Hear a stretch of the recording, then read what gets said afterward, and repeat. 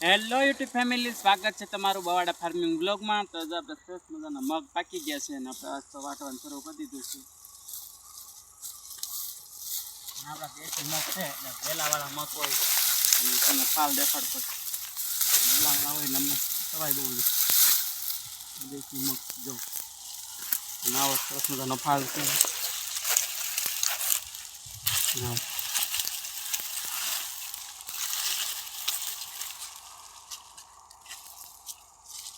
લોરખા ફાલના આવ્યા છે.